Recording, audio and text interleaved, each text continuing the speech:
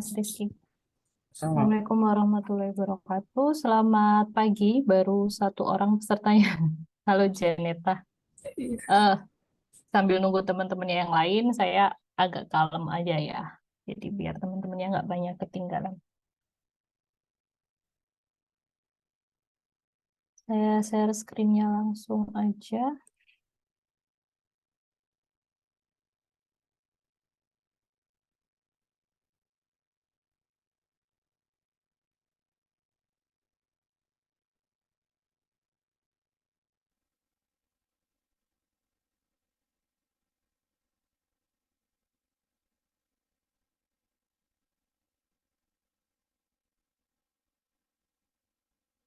Udah tampil ya. Oke, jadi yang pertama saya akan eh, berbagi informasi tentang SNBT lagi yang kurang 9 hari ya, menghitung hari H-9. Oke, jadi di pertemuan-pertemuan yang kemarin saya udah share beberapa info juga. Nah, ini yang relevan sepertinya di H-9. Jadi masih ada beberapa siswa yang belum mengerti tentang apa itu blocking time. Jadi blocking time itu, ini pengertiannya. Sebentar.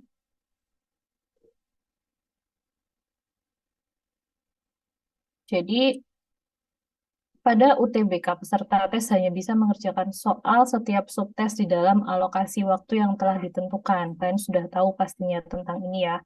Alokasi waktunya di sini saya akan share. Setelah alokasi waktu subtes berakhir, maka peserta tes tidak akan lagi bisa mengerjakan soal di subtes tersebut dan tidak bisa kembali untuk mengerjakan subtes sebelumnya. Makanya penting berlatih soal karena jangan berpuas diri dengan oh aku bisa ngerjain, oh jawabanku benar, ternyata nggak cukup sampai di situ tapi harus juga cepat, selain tepat juga harus cepat. Jadi biar yang belakang-belakang terisi semua, nggak ngebom di akhir tuh. Nah, jadi untuk alokasi waktunya bisa diperhatikan. Jadi untuk soal atau subtes penalaran umum itu ada 30 soal, alokasi waktunya 30 menit, berarti rata-rata per soal 1 menit. Jadi kalian bisa set timer kalau lagi ngerjain soal-soal di buku ya. Tapi kalau misalkan kalian berlatih tryout, pakai bukunya Magenta ini, jadi di situ sudah ada yang buku inti materi UTBK SNBT 2023, di situ sudah ada timernya. Jadi kalau tryout-nya nggak perlu pakai timer karena sudah ada blocking time-nya di TU-nya.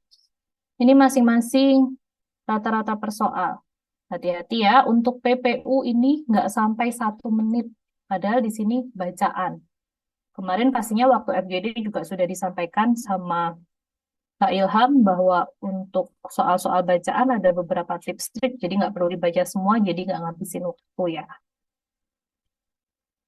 Silakan nanti kalau ada yang perlu kita share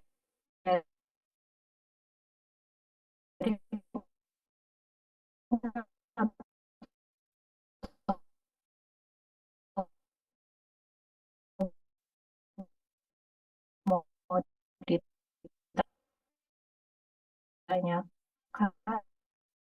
silakan Maaf Mbak, koneksinya sedang tidak stabil. aja atau bisa langsung di unmute. IRT soal tes maka akan semakin halus sebentar.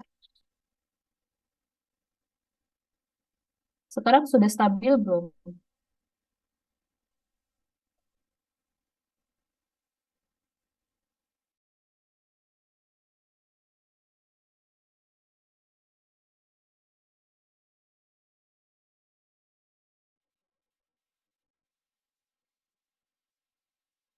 Halo Mbak. Halo, sudah stabil kah? Udah Mbak, udah. Oke. Nah, ya lanjut tadi sampai di IRT ya. Blocking time-nya udah ya.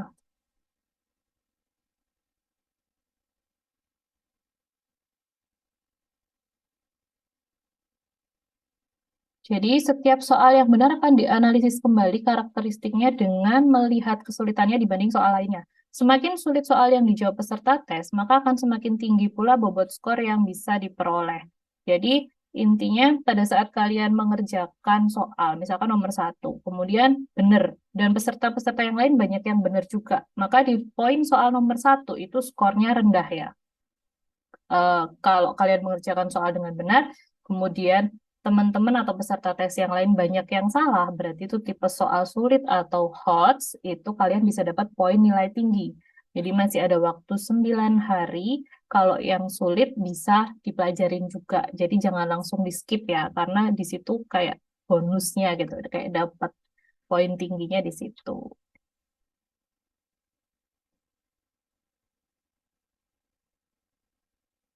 Nah, ini ada info yang terbaru kemarin, jalur mandiri 4 PTN yang menggunakan nilai UTBK. Jadi ini plan B. Jadi semoga adik-adik lulus SNBT 2023. Kalau misalkan kemungkinan terburuknya belum rezeki juga, itu kalian bisa pilih opsi ini, jalur mandiri 4 PTN yang menggunakan nilai UTBK. Jadi karena sudah menggunakan nilai UTBK, jadi nggak usah effort lagi, nggak usah tes lagi. Tapi ada beberapa ketentuan, yuk kita cek detailnya. Jadi di sini yang pertama ada ITB, Institut Teknologi Bandung. Jika mendaftar ke fakultas selain FSRD, Fakultas Seni Rupa dan Desain, komponen penilaian yang digunakan adalah hasil ujian daring, seleksi masuk ITB, nilai UTBK, dan nilai rapot. Berarti ini pakai tiga, tetap ya. Ada SMITB-nya, ada nilai UTBK, dan nilai rapot. Jika mendaftar ke FSRD, komponen penilaian yang digunakan adalah hasil ujian daring SMITB, nilai UTBK, nilai rapot, dan ada tambahannya, tes daring keterampilan seni rupa. Tuh, untuk pendaftarannya ini tanggalnya. Jadi selain FSRD, yang poin A, ini ada fakultas apa aja sih Kak di ITB? Ini sudah saya tuliskan di sini ya. Ada Fakultas Ilmu dan Teknologi Kebumian, FITB, FMIPA, FTI, bisa dibaca detailnya. Nah, nanti kalau kalian kuliah kan bukan milih fakultasnya ya, tapi milih prodinya. Jadi di sini, di dalam sini, misalkan kalau di FTI, Fakultas Teknologi Industri itu ada teknik kimia, ada teknik mesin, ada teknik industri. Nanti kalian pilih yang mana. Jadi tesnya bisa menyesuaikan ini untuk seleksi mandiri. Oke, saya beralih ke IPB. Kalau belum ada pertanyaan, saya anggap udah cukup jelas ya. IPB University juga memakai nilai UTBK SNBT 2023 pada jalur mandirinya. Seleksi masuk IPB atau SMIPB bisa diikuti dengan, nih, beda dengan ITB yang tadi ya. Kalau IPB itu pakai nilai UTBK aja bisa, cukup. Kemudian yang B, mengikuti UTBK IPB. Jadi IPB ada tesnya sendiri, kan bisa ikut itu. Atau menggunakan nilai UTBK dan mengikuti ujian, pakai dua-duanya. Nah, kalau yang pakai opsi kedua, apabila mengikuti SMIPB dengan menggunakan nilai UTBK dan mengikuti ujian juga, maka yang digunakan dalam seleksi adalah nilai yang terbaik. Jadi nih, kalau kalian pilih opsi yang C, kemudian nilai UTBK-nya misalkan rata-ratanya 590. Loh, Kak 590 kok nggak keterima? Bisa jadi 590-nya ini milih kedokteran. Kedokteran univnya yang favorit lagi. Nah, bisa jadi nggak keterima, akhirnya dia ikut ke IPB sini misalkan. Nah, kemudian dia menggunakan nilai UTBK dan juga ikut ujian. Ternyata nilai ujiannya lebih bagus, rata-ratanya 625 misalkan begitu. Berarti nanti seleksinya IPB, panitianya akan otomatis memasukkan nilai kalian yang lebih tinggi mengikuti ujiannya itu. Pakai UTBK-nya IPB. Jadi kalau saran saya, kalau kalian ke sini pakai poin yang C ya. Jadi ada dua senjata yang bisa digunakan. Tuh. Materi SM IPB, seleksi masuk IPB itu ada apa aja sih? Materi yang diujikan untuk S1 ada tes kemampuan skolastik yang bersifat HOTS. TPS kan ini berarti sama aja ya. TPS sama aja kayak yang di UTBK. Jumlah soalnya sebanyak 25 soal, waktu pengerjaannya 60 menit. Ini untuk sistem penilaiannya. Untuk pilihan ganda, salahnya ada poin minus. Kalau di ini IPB ya, SM IPB. Kalau untuk soal isian singkat, salah nggak apa-apa. Jadi tidak minus. Di UTBK juga nggak ada minus ya. Jadi nanti bolehlah cap cip cup untuk soal yang benar-benar sulit. Boleh untuk satu dua soal aja, jangan semua cap cip cup. Bagi peserta, sebentar.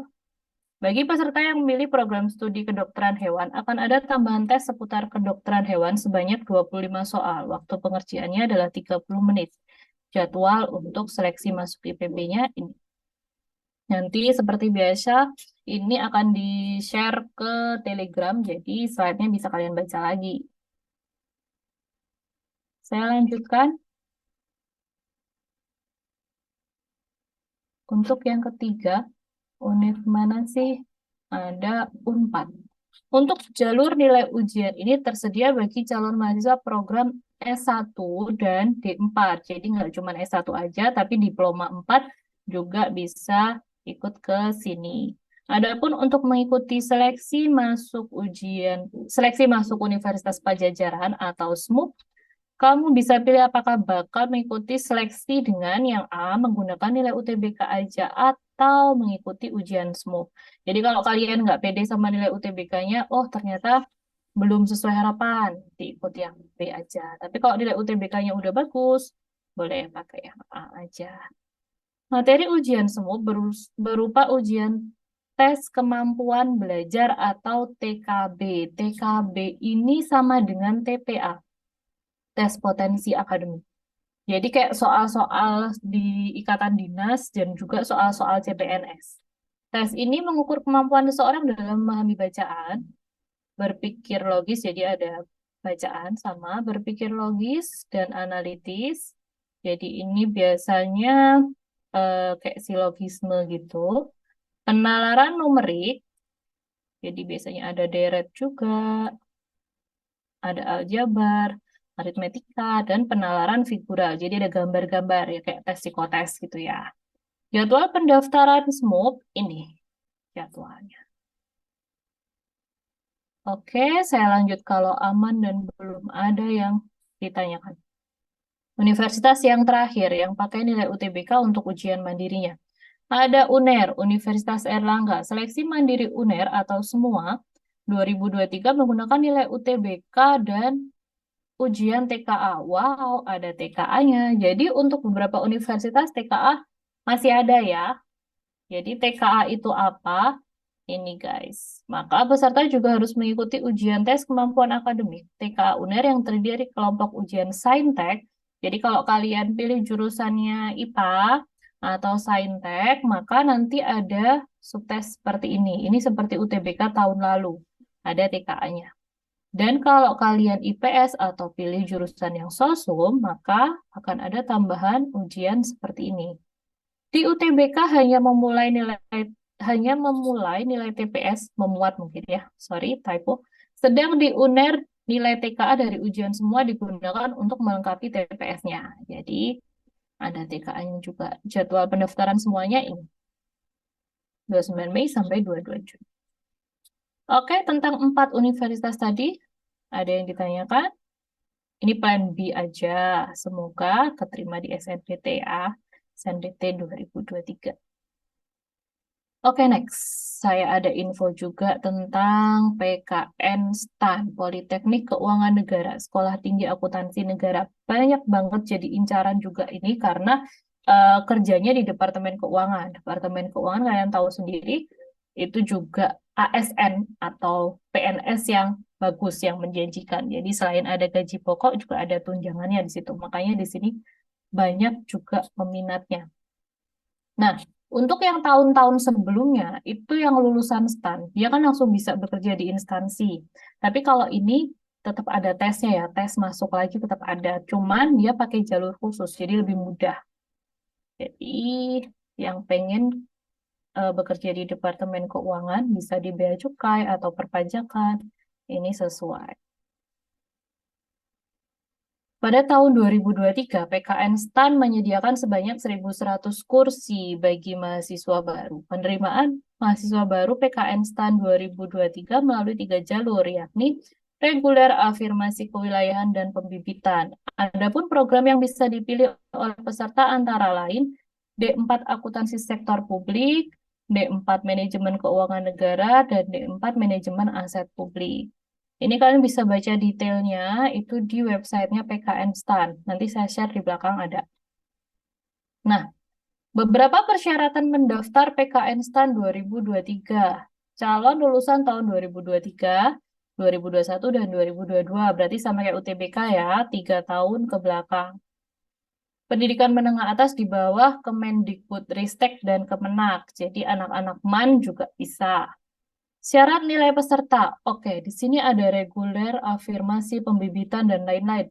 Bedanya apa? Ini bedanya pada penempatan kerja. Jadi nanti kalau misalkan sudah lulus, kemudian ikut seleksi khusus, penempatan kerjanya di mana? Nah, ini ada yang harus kembali ke daerahnya itu sendiri. Ada yang ditugaskan ke seluruh Indonesia.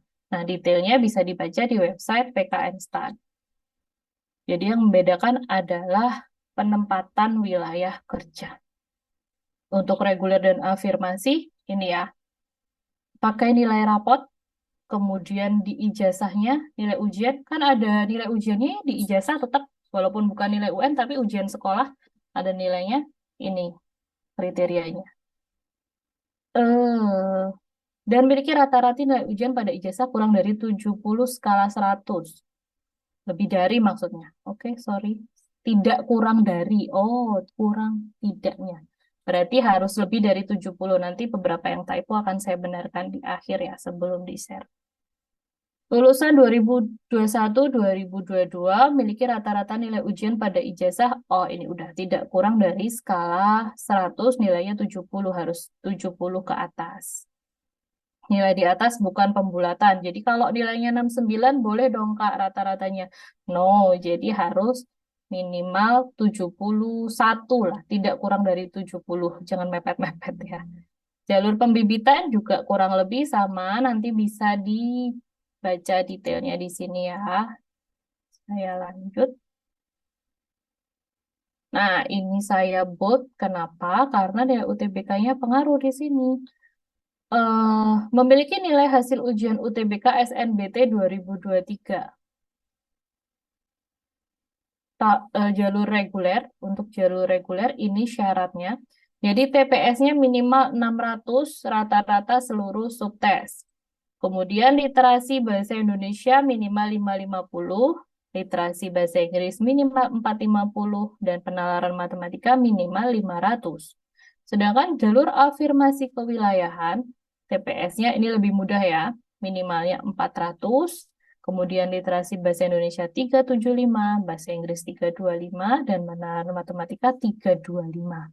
Ini lebih mudah yang afirmasi kewilayahan. Ada syarat skor minimalnya.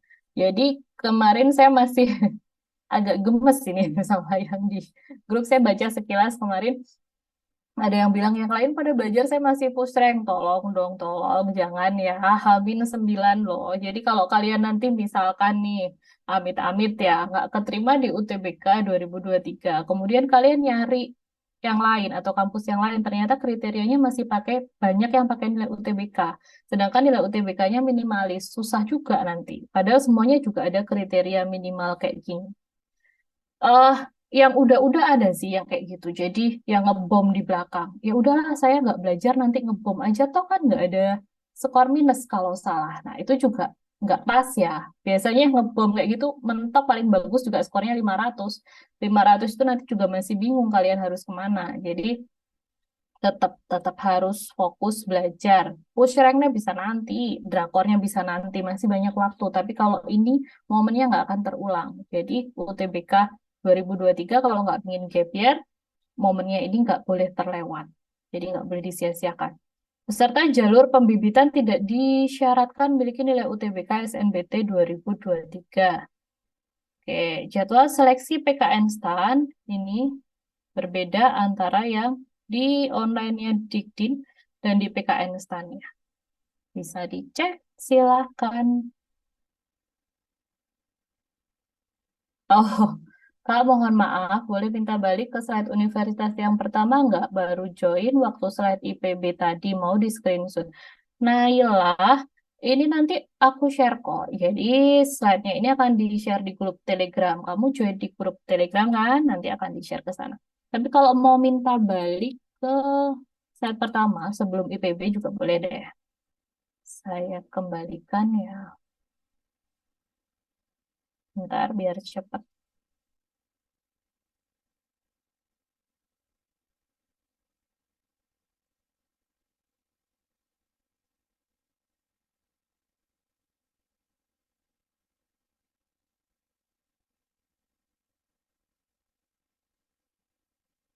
Tadi slide pertamanya sebelum IPB sudah ada beberapa info. Jadi ada blocking time, ada IRT, ada ITB sih kalau sebelum IPB tadi. Ada ITB, saya eh, perjelas di sini aja dulu ya. Silakan di screenshot beberapa detik. Oke, nanti di-share kok. Jadi don't worry kalau yang ketinggalan join. Oke, sudah ya? Oke, saya lanjut kalau sudah aman, saya lanjut ke slide berikutnya.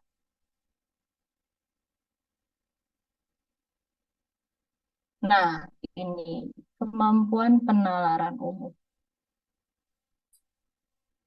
Jadi ini pertemuan dengan saya sudah yang keenam.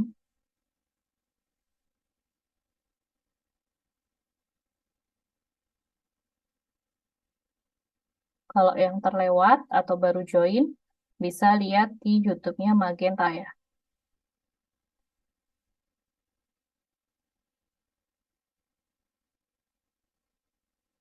Kemampuan penalaran umum. Nah, sebelum ke soal, jadi soal-soal ini nanti akan ada banyak soal. Melihat dari UTBK tahun kemarin, itu banyak soal argumentasi untuk penalaran umum. Paragraf argumentasi bertujuan menyampaikan sebentar, suatu pendapat, opini, atau tafsiran terhadap konsep tertentu. Jenis soalnya biasanya kalian sering temui dengan kata-kata memperkuat pernyataan ahli tersebut atau memperkuat pernyataan di atas itu atau memperlemah. Jadi kalau memperkuat itu maksudnya yang sesuai atau relevan. Jadi mendukung pernyataan pada paragraf. Kalau memperlemah itu yang tidak sesuai atau tidak relevan atau yang bertentangan. Pernyataan benar atau salah. Benar atau salah ini macam-macamnya juga bervariasi. Kadang muncul soal yang pasti benar, pasti salah. Berarti ini biasanya yang sudah tersirat di teks, jelas terlihat. Kalau mungkin benar, mungkin salah, ini yang tersurat. Bisa dipahami tapi tidak jelas pada teks, secara tersurat aja infonya. Secara tersirat aja infonya. Oke, itu macam-macam soalnya. Nah, saya langsung ke soal yang ini. Ini saya ambil dari buku inti materi UTBK ya. Jadi saya ambilnya dari buku ini. Ini buku inti materi UTBK SNBT 2023 yang halaman 325, soal-soal tryout yang di sini. Bagi yang udah belajar pakai buku ini, berarti udah tahu ya. Coba yang belum belajar, kita bahas sama-sama yuk. Atau yang udah belajar biar makin mantep nih. Coba kita ulang. Kira-kira nomor satu jawabannya apa? Boleh di chat aja sambil kita sharing. Dibaca dulu, saya kasih waktu beberapa menit. Habis ini kita bahas.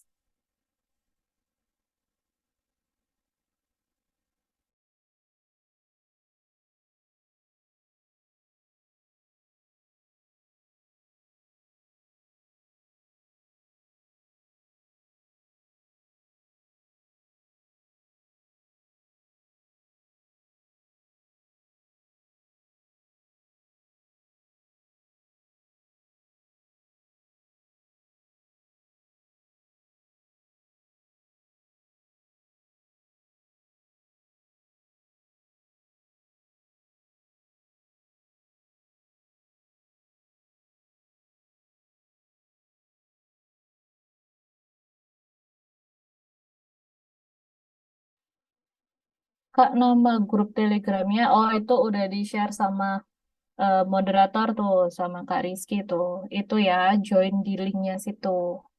Jadi di grup Telegram di situ kalian bisa sharing tentang info-info UTBK, info mandiri, atau info apa aja terkait seleksi masuk perguruan tinggi.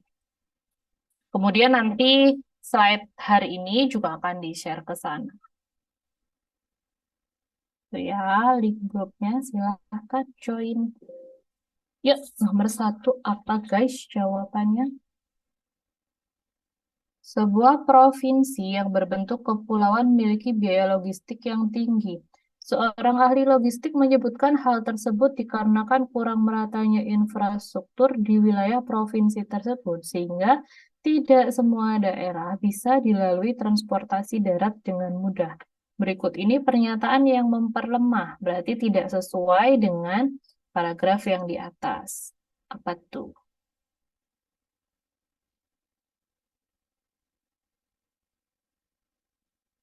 Ada yang jawab B? Yuk, saya tampilkan aja ya jawabnya.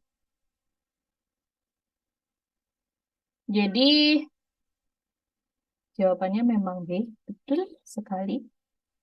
Jadi, kalau yang masyarakat mirip menggunakan jasa logistik saat berada di pulau yang sama. Ini nggak sesuai ya. Karena biaya logistiknya tinggi. Kok masyarakatnya pilih itu kan berarti nggak mungkin. Kalau yang B, perusahaan logistik saat ini. Oh, sebentar, baterai saya low. Saya ngecas dulu. Wait, a minute.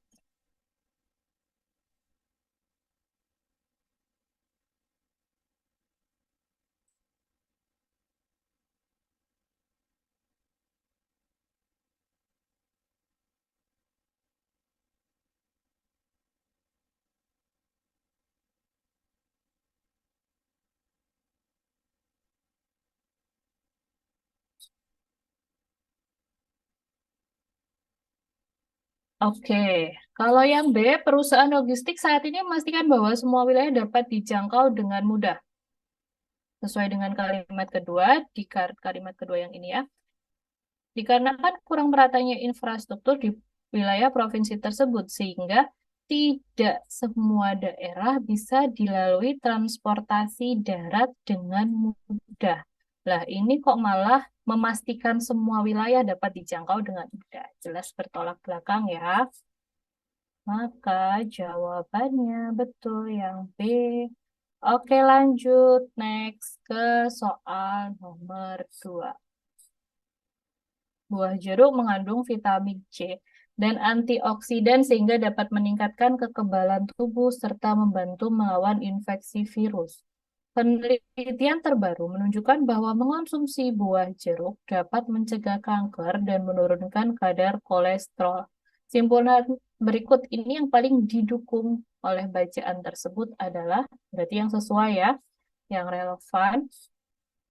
Silahkan dipahami dulu. Kira-kira jawabannya apa?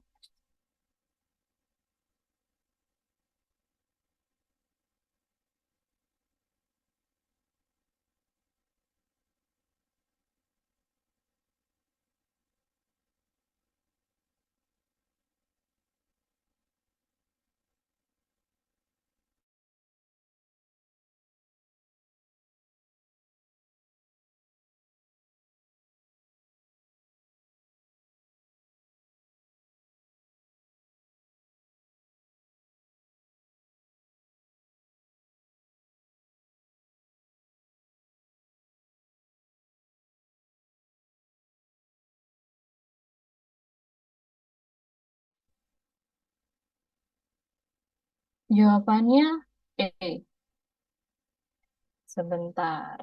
Apakah yang jumlah buah jeruk yang dikonsumsi mempengaruhi khasiat buah jeruk untuk mencegah kanker?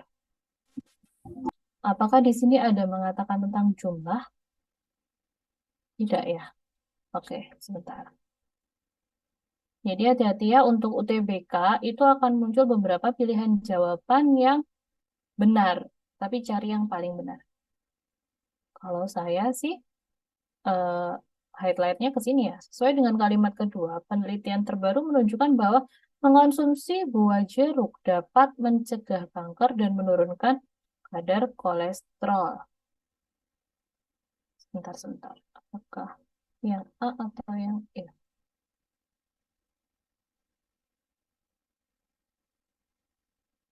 Kalau saya lebih prefer ke yang A.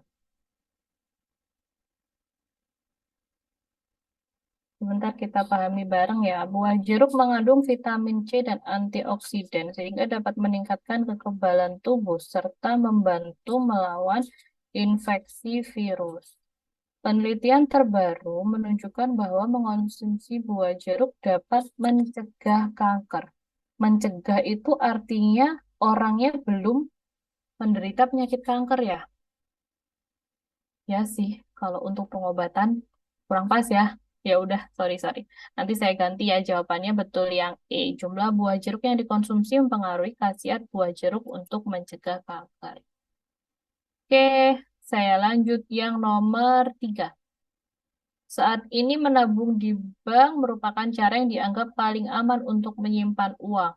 Dengan menabung di bank, nasabah juga mendapatkan kebebasan dan kemudahan untuk melakukan transaksi selama 24 jam. Namun, berbeda dengan investasi. Menabung mendapatkan bunga yang lebih rendah. Berdasarkan informasi tersebut, manakah pernyataan berikut yang pasti benar? Oke, kira-kira menurut adik-adik yang mana nih? Nomor 3 jawabannya.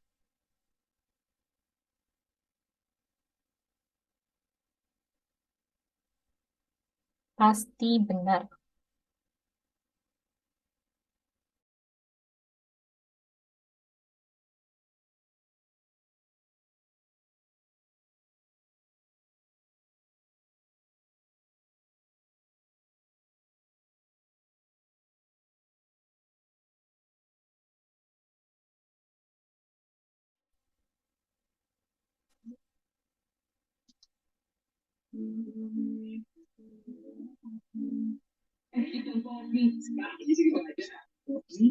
Gimana? Apa kira-kira jawabannya?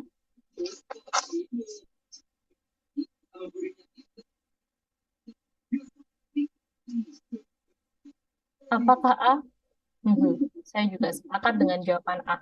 Sesuai dengan kalimat kedua dan ketiga, dengan menabung di bank, nasabah juga mendapatkan kebebasan dan kemudahan melakukan transaksi selama 24 jam.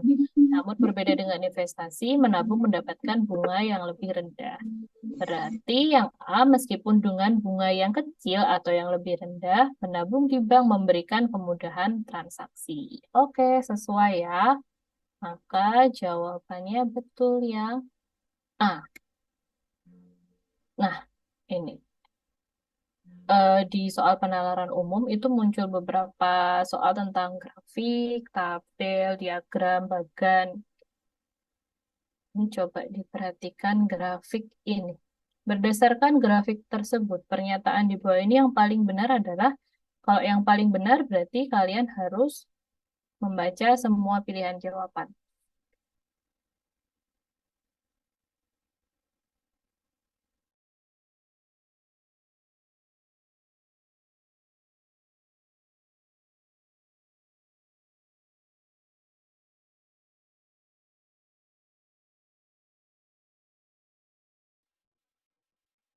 Membaca pilihan jawaban semuanya ini butuh waktu ya, tapi kalau kalian sudah sering mengerjakan soal, pasti akan lebih cepat. Coba kita analisis bareng. Tidak ada penurunan jumlah kecelakaan yang angkanya melebihi 25 kejadian pada 10 tahun pertama. Oke, 25 kejadian. Ini 2012 ke 2013. Turunnya berapa nih? 156 ya? Nah, berarti salah jelas. Yang A salah. Ada yang menjawab D, Bapak D. Penurunan jumlah kecelakaan terbanyak dalam 10 tahun pertama terjadi dari tahun 2015 ke 2016. Penurunan, di sini ternyata meningkat, maka jelas yang B salah. Jumlah kejadian kecelakaan paling sedikit terjadi pada tahun 2015. Tidak, karena 2010 lebih sedikit. Oke, ini teman-teman menjawabnya dengan do. Kenaikan jumlah kecelakaan terendah dalam 10 tahun pertama terjadi pada tahun 2010 ke 2011. 2010 ke 2011.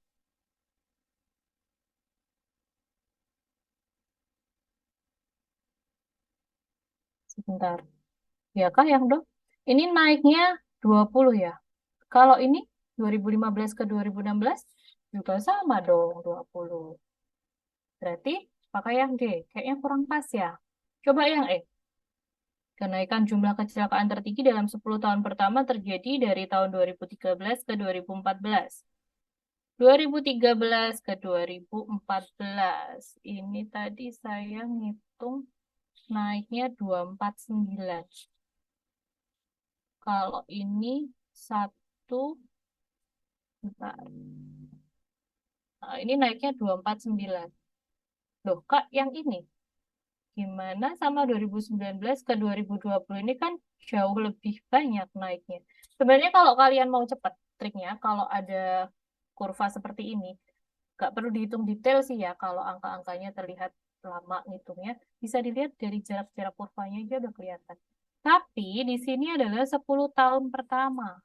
Berarti 1, 2, 3, 4, 5, 6, 7, 8, 9, 10. 10 tahun pertama itu hanya sampai 2019. Jadi 2019 ke 2020 itu nggak masuk hitungan. Jadi walaupun dia lebih tinggi daripada 2013-2014, tetap 2013 ke 2014 yang paling tinggi untuk kategori 10 tahun pertama. Jadi lebih pasnya yang E ya. Hai. Betul, jawabannya E. Jangan terkecoh sama yang D, karena kurang, kurang tepat. Walaupun benar, tapi kurang tepat. Lebih valid yang E. Oke, next. Nah, ini nih.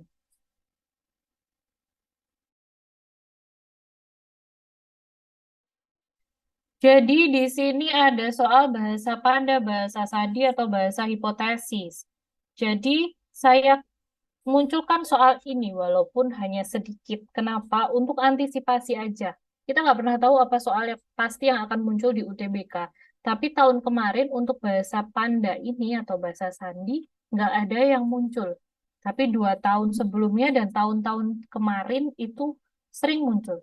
Jadi nggak ada salahnya untuk dipelajari juga ya. Kira-kira ini jawabannya apa? Dika membuat pamflet untuk acara di kampusnya dengan judul, nah ini.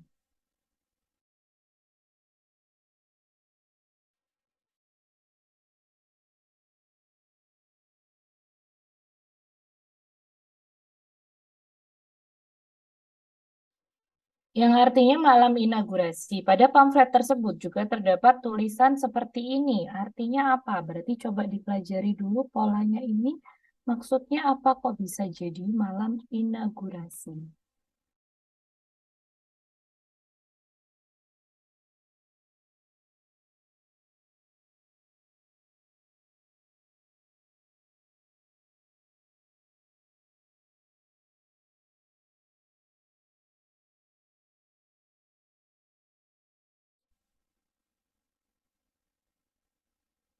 Oke, saya percepat aja ya. Konsepnya menggunakan huruf apit. Jadi untuk bahasa Panda itu ada banyak konsep. Yang penting pada setiap soal kalian pahami maksud soalnya itu apa. Nanti bisa ketemu kok polanya seperti apa. Jadi pola tulisan yang ini terlihat ribet sekali, itu artinya malam inaugurasi. Diperoleh dari mana? Jadi memisahkan setiap dua huruf menjadi seperti ini kalau dipisahkan ya. Kemudian menentukan huruf di antara tiap dua huruf tersebut berdasarkan alfabet. Misalkan LN berarti kan tengahnya M. Kemudian ZB berarti di tengahnya A. Begitu dicari satu per satu. Nanti ketemunya akan malam inaugurasi. Nah, bagaimana dengan ini? Berarti juga kita cari polanya. AC ini kan tengahnya B. Kemudian HJ itu tengahnya I dan seterusnya ketemunya adalah bintang tamu yang do. Tadi ada yang sudah menjawab do juga ya. Betul sekali jawabannya, Do. Silahkan kalau nanti misalkan masih ada yang mau ditanyakan, langsung chat aja atau di-unmute boleh. Nah, ini bahasa Panda juga yang sering muncul di 2021 ke belakang. Ini hits banget soal seperti ini. Perhatikan data bahasa berikut. Nah, ini nih, apa nih? Berdasarkan pernyataan di atas, bagaimana cara menuliskan banyak tikus mengejar kucing? Dipahami dulu dari contoh kalimat ini, dari kata-kata ini, kemudian bisa jadi kalimat seperti ini. Maka caranya bagaimana? Nanti diaplikasikan ke soal.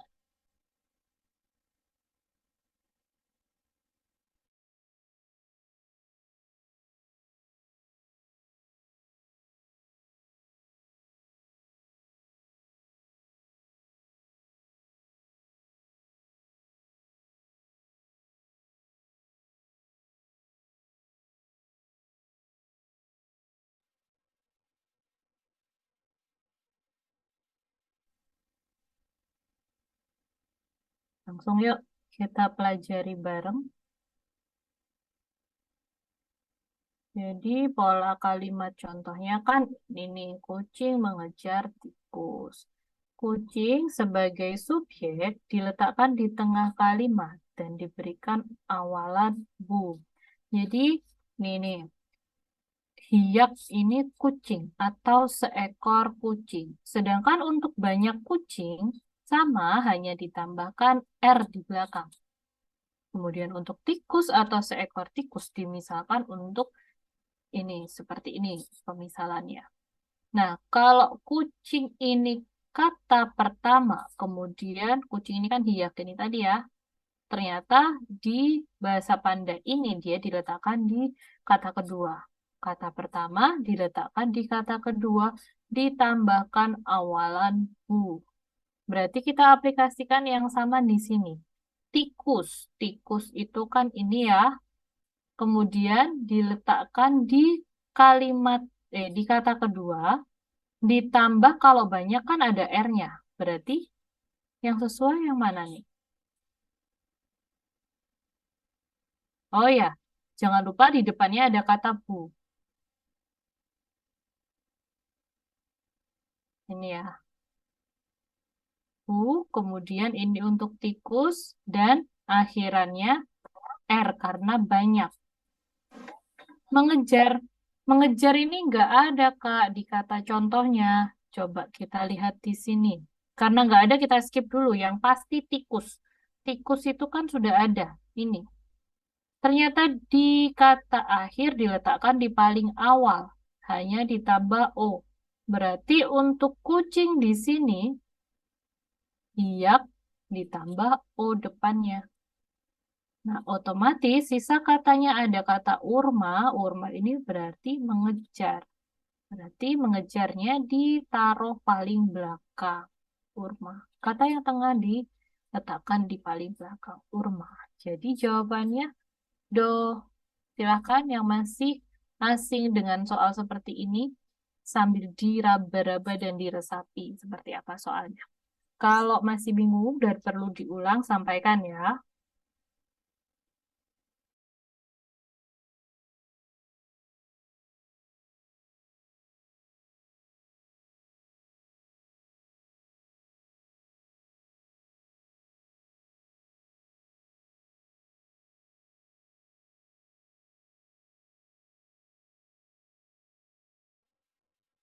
Kalau sudah tidak ada pertanyaan, saya anggap tadi sudah bisa dipahami. Nanti bisa dibaca lagi pada grupnya, di grup Telegram. Waktu kita share PPT-nya. Dalam sebuah seleksi, peserta wajib mengikuti ujian teori dan ujian praktik. Grafik berikut menunjukkan data persentase kelulusan pada kedua ujian tersebut, serta jumlah total peserta dari tahun 2015 sampai 2019. Berdasarkan data dalam grafik, pada tahun berapa jumlah peserta yang lulus praktik paling besar? Gimana nih bacanya? Ada banyak angka-angka di sini. Kalau pertanyaannya yang lulus praktik paling besar, berarti fokusnya pada persentase yang lolos praktek. Kemudian Berapa sih peserta totalnya? Ini di sini sudah ada angkanya. Berarti misalkan tahun 2015 nih, yang lolos praktek ada 65% dari 320. Berarti dihitung. Gimana caranya? 65 per 320 kali 100%. Berapa? Setiap tahunnya dihitung. Berarti tahun berapa yang paling besar? Coba yuk.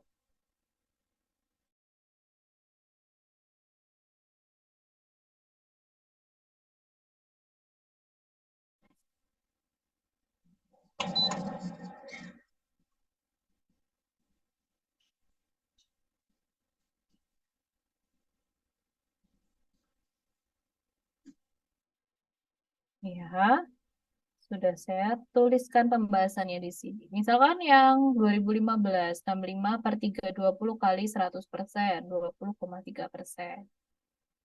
Kemudian yang tahun 2016, 74 dibagi 350 kali 100%. Sekian. Untuk 2017, 2018, dan 2019. Jadi penalaran umum ini kan sebenarnya eh, mengasah penalaran kita atau ngetes penalaran kita melalui soal yang dasarnya sebenarnya dari mapel bahasa Indonesia dan matematika.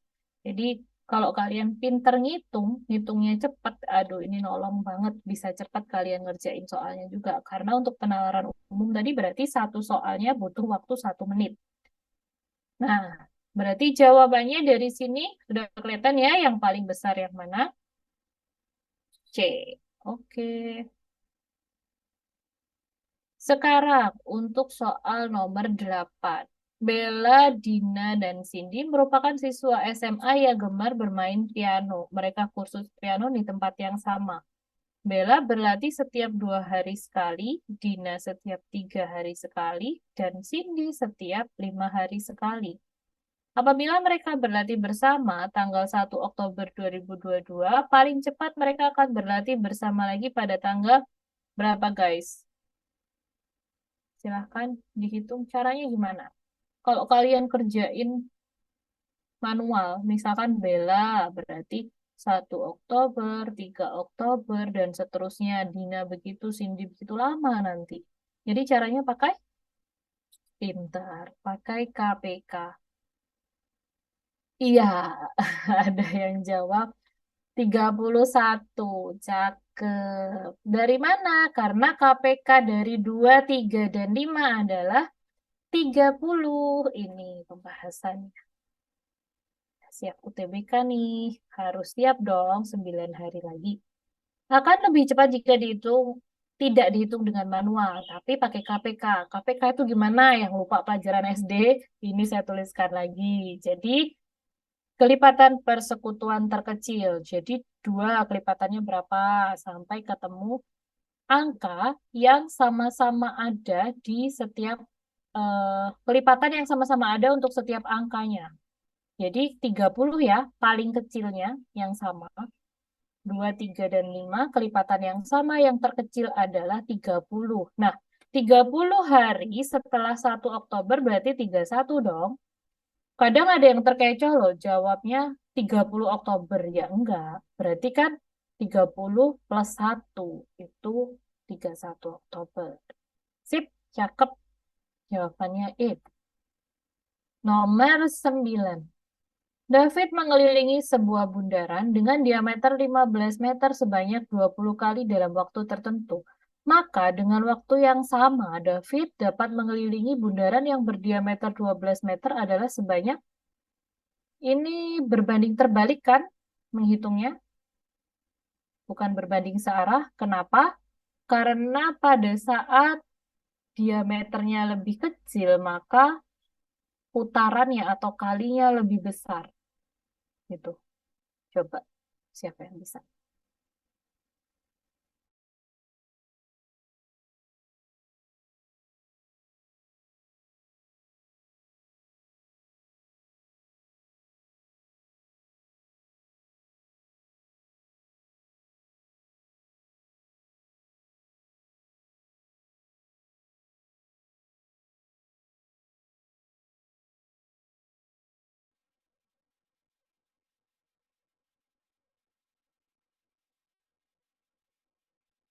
Ada yang jawab dengan do, apakah?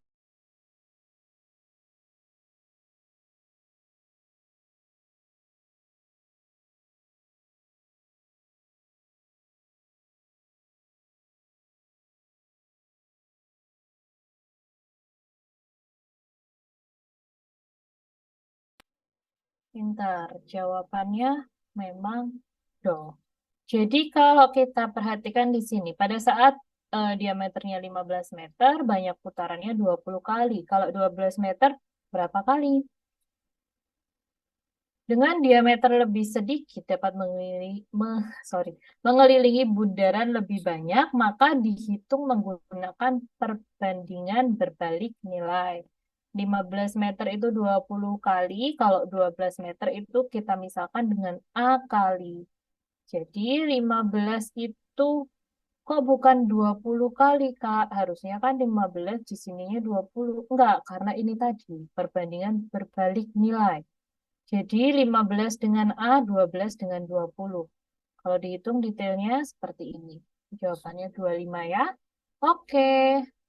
Kalau hitungan di penaruh umum masih sederhana. Beda dengan penaruh matematika ya. Lebih wow. 9 do. Next, nomor 10. Setiap mahasiswa peserta seni musik adalah peserta bola voli atau teater. Tidak ada mahasiswa peserta bola atau teater yang bukan merupakan peserta seni lukis. Irina bukan peserta seni lukis. Simpulannya adalah gimana nih? Mau pakai rumus-rumus, tolen-ponen, atau kalau seperti ini lebih mudahnya pakai diagram Venn. Jadi kalian bikin bulat-bulat gitu loh. Nah, nanti lebih jelas.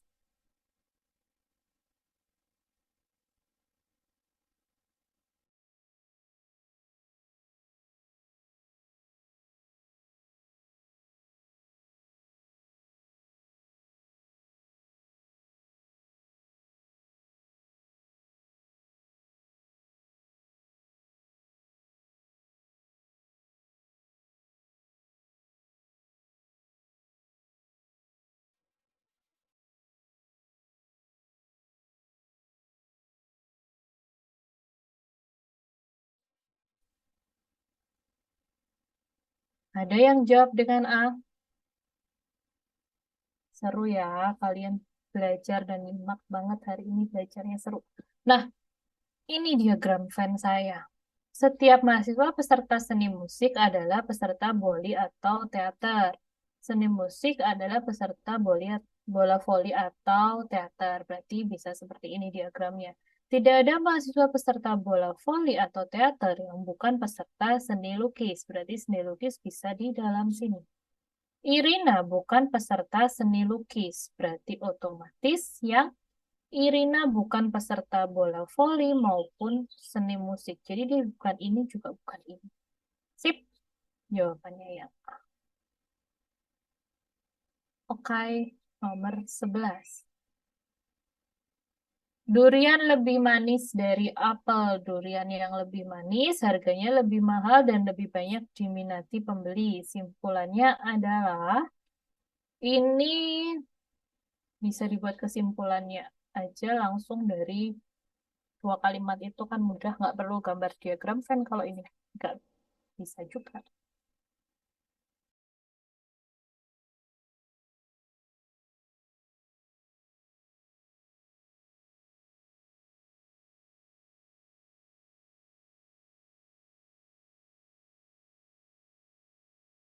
Ada yang sat-sat jawabnya C. Betul ya.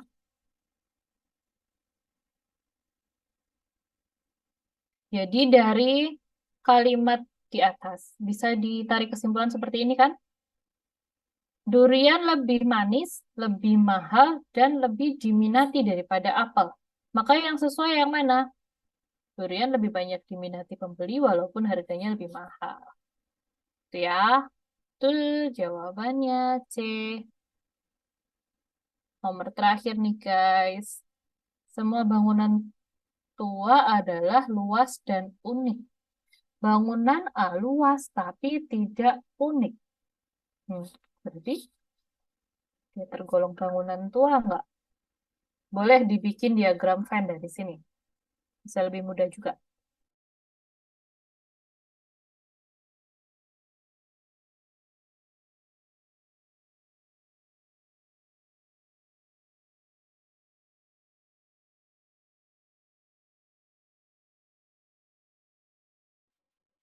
B jawabannya. Betul? Pintar-pintar ternyata. Bangunan A adalah bangunan tua yang tidak luas, tapi bangunan tua yang unik. Kurang pas ya, kalau kita gambar pakai diagram Venn kan seperti ini. Semua bangunan tua adalah luas dan unik. Berarti seperti ini.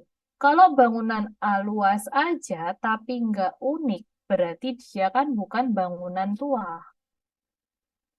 Maka jawabannya pasti yang B. Bangunan A bukan bangunan tua, baik yang luas maupun bangunan tua yang unik. Oke, betul sekali. Ada yang mau sharing-sharing tentang apa? Kita masih ada waktu beberapa menit ya, 3 menit. Saya titipkan kutipan dari pepatah Arab ya, yang sudah sering kalian dengar. Manjada wajada, apa ini? Siapa yang bersungguh-sungguh maka ia akan berhasil. Jadi populernya sekarang kalau anak zaman sekarang itu bilangnya tidak ada usaha yang mengkhianati hasil. Betul. Jadi kalau kalian usahanya minimalis, berharapnya hasil yang maksimal, itu ya nggak pas dong. Tapi kalau kalian sudah berusaha maksimal, nanti pasrahkan hasilnya udah pasti yang terbaik. Gitu. Jadi sudah stop main-mainnya, sudah stop asoy-asoynya, santai-santainya, sudah waktunya serius. Oke, ada pertanyaankah sebelum saya akhiri? Semoga bermanfaat ya adik-adik. Seru sekali hari ini. Semoga kalian keterima di SNBT 2023 biar nggak perlu bersusah payah untuk tes-tes mandiri ataupun mengeluarkan uang yang lebih banyak di ujian mandiri ataupun di universitas swasta. Semoga sukses, minta doa restu orang tua. Untuk bahasa Panda biasanya belajar dari mana ya, Kak? Bahasa Panda. Bahasa Panda ada di buku ini tadi, Inti Materi UTBK SNBT. Ini, saya sudah masukkan beberapa soal di sana. Dan juga di ini, YouTube-nya Magenta, saya pernah share detail tentang bahasa Panda di tahun kemarin. Mm-mm. Jadi coba di scroll aja, dicari subtes penalaran umum. Jadi di situ ada saya bahas satu pertemuan khusus bahasa Panda. Semua teori-teorinya ada di situ. Mulai dari soal yang mudah, sulit, sampai sedang. Oke, sama-sama. Semoga bermanfaat. Saya kembalikan ke Mas Rizky. Baik, terima kasih Mbak Dita dan terima kasih juga teman-teman yang udah ikut pendampingan belajar hari ini. Jadi buat teman-teman yang gelombang 1 ya tanggal 8 nanti mau ujian UTBK, semoga kalian dapat hasil yang maksimal lah, yang sesuai keinginan kalian dan juga semoga diterima di kampus yang kalian inginkan. Baik, nanti untuk materi hari ini akan di-share di grup Telegram, link grupnya tadi udah di-share di atas. Oke, terima kasih. Selamat siang. Assalamualaikum warahmatullahi wabarakatuh.